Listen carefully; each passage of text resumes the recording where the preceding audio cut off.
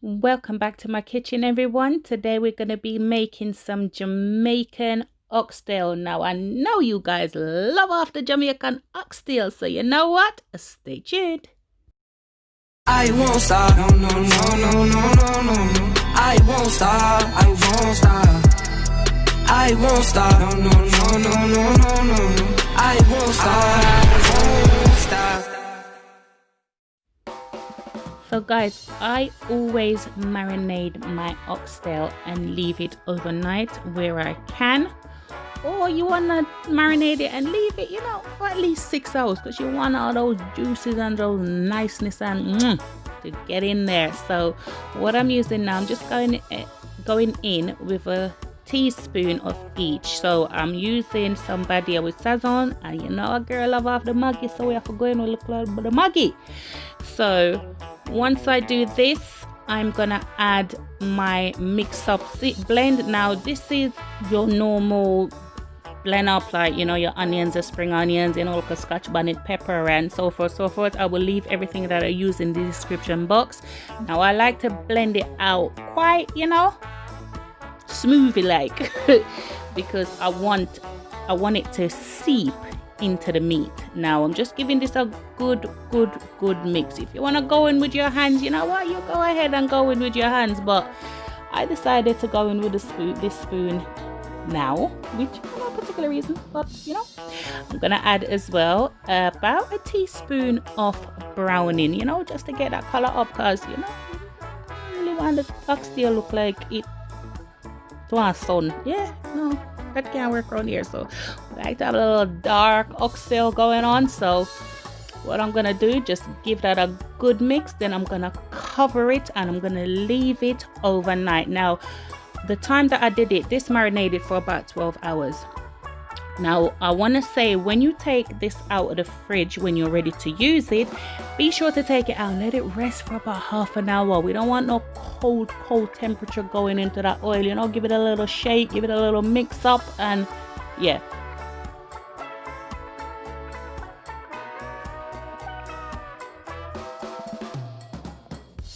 So in a pan now, I'm using some oil, and as you can see, I haven't got much oil in there, maybe about a couple of tablespoons of oil, because oxtail is quite fatty, and nobody don't want no oily oxtail gravy. Where that I go? No, not around here, baby. So I'm just gonna brown these off in the pot. Now I brown these for about, I'd say 7-8 minutes on each side, depending on how you like it. I mean, it don't make no difference, because once you put all that liquid on it, it's gonna go anyway. Don't worry about it if it looks a little bit burnt. That's just all that blend up thing that we went in and we dip it up and nice it up, and the thing go. You know the thing go. So yeah, I'm just gonna brown it on both sides.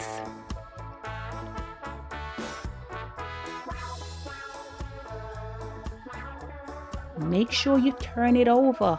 And just brown the other side, because you don't want to be sealing trying to brown the meat and you're only sealing one side. The flavor go escape. No, you don't do that around here. Well, not in my kitchen anyway. I don't do that. So make sure you have a good seal on that meat.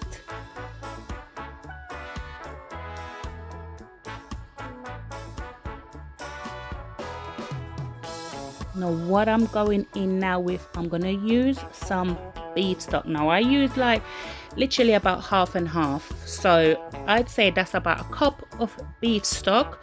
Then I'm gonna top it up now with just normal water. Now I didn't use all beef stock, because I've already pre-seasoned the meat and all of that goodness all done. Sleep up and nice up and just work it way up into the meat. So nobody want no salt food around here, because you have to think about the pressure on them something there, isn't it? So once I do this, I covered it, and I just turn your flame down to a low. Now once I turn it down to a low, I just leave it to just do its thing. Now once it's about 3/4 of a way cooked, maybe about an hour and a half, depending on how soft you like your meat, Then I'm gonna go ahead and add all of my ground seasonings. Again, full list will be in the description box. Make sure you spread it out so it's all over. Just cover it again and just leave it to just do its thing. Don't disturb it. The oxtail don't like when you disturb him nerve. No, leave it, let it cook.